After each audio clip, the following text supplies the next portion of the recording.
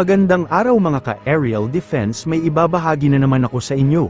Dahil ngayong araw na ito ay may pag-uusapan tayo tungkol sa depensa, Pilipinas pwede na magpadala ng puwersa malapit sa Taiwan. Kasalukuyan nang nag-ooperate ang bagong naval base ng Pilipinas sa probinsya ng Batanes. Ito ay ang Mahatao Forward Operating Base na nakikitang magpapalakas pa ng pagdepensa sa teritoryo ng bansa, humanitarian assistance at disaster response capabilities sa pinakahilagang parte ng bansa. Pinangunahan ni Northern Luzon Command o NOLCOM Commander Lieutenant General Fernil Buca.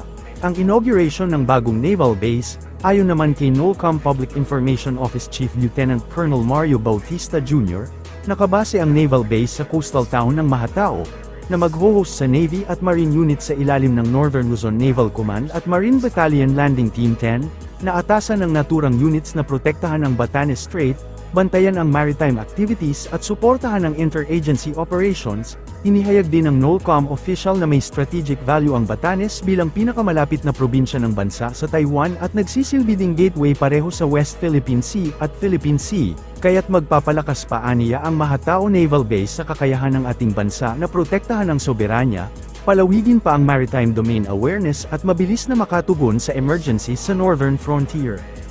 Yung pag-establish, pag-inaugurate, I think yesterday or the other day, ng forward operating base ng Philippine Navy sa Mahatao, Batanes. Ito ay nagbibigay ng foothold o meron tayong base na pwede tayong maglagay ng ating mga pwersa at mag-project ng ating presensya. Ibig sabihin, we are now more capable of securing and protecting the maritime domain. Nabanggit ni Chester kanina yung ating current Commander-in-Chief, si President Marcos. 2023 binanggit niya, we are now shifting the armed forces from internal security to external defense.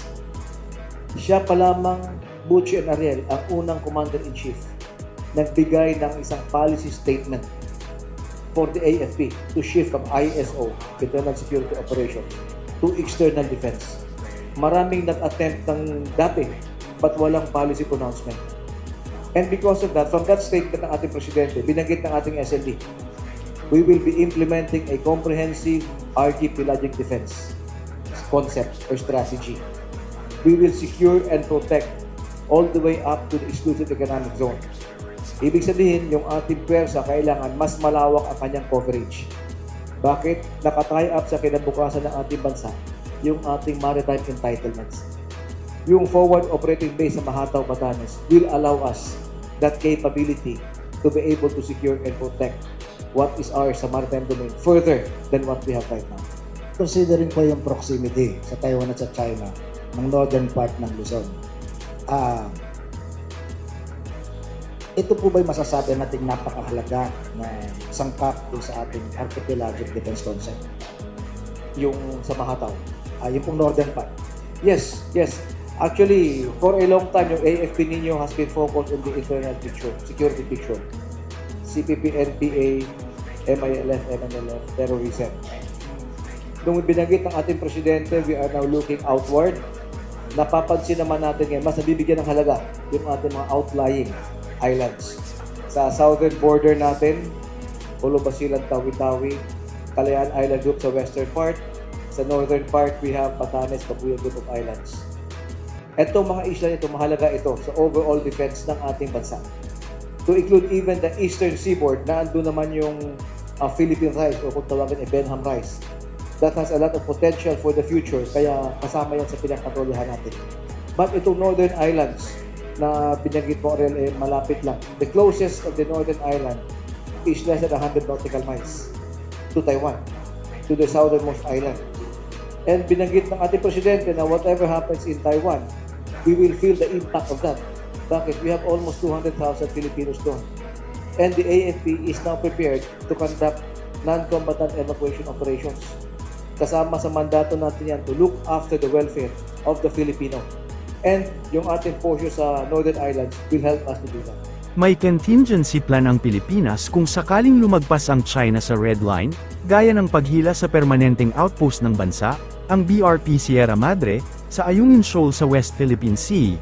Gayunpaman, tumanggi si Trinidad na ibunyag ang mga detalye ng mga hakbang sa contingency ng mga puwersa ng depensa ng Pilipinas bilang tugon sa mga sitwasyong red line.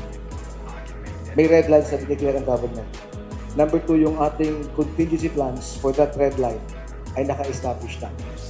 Number 3, kung anong laman ng contingency plans, these are already operational details which we do not usually divulge in public. Strategic ambiguity. Strategic ambiguity. Yes, nabanggit ng ating Secretary of National Defense that that is part of the approach when it comes to the West Philippine Sea and even the Northern Islands. Strategic ambiguity. Hindi mo binibigay in detail o hindi mo nilalabas lahat ng galaw mo.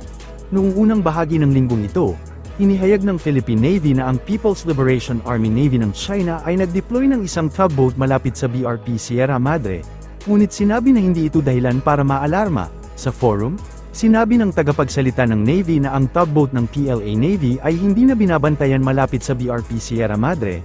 Gayunpaman, sinabi ni Trinidad na hindi papayag ang militar ng Pilipinas na mahatak ang BRP Sierra Madre sa pwesto nito. Ang World War II era BRP Sierra Madre ay nag-grounded sa Ayungin Shoal mula noong 1999. Ang barko ay naging simbolo ng soberanya ng Pilipinas sa offshore territory. Ang Ayungin Shoal ay isang nakalubog na bahura sa Spratly Islands. Ang shoal ay matatagpuan sa layong 105 nautical miles sa kanluran ng Palawan at nasa loob ng Pilipinas 200 nautical miles exclusive economic zone. Merong tugboat malapit doon sa BRP Sierra Madre. Ano yung gagawin, ano yung naging response ng Navy dito? Meron tayong namataan na tugboat, I think 5 days ago or last week na minomonitor natin and nabanggit ko sa last press conference kasi ang agam-agam ng ating mga kababayan baka itutow yung BRP Sierra Madre. Yung BRP Sierra Madre, 26 years na siya nandun, nakasad sa Ayungin Shoal. Ika nga, naka-secured na yun.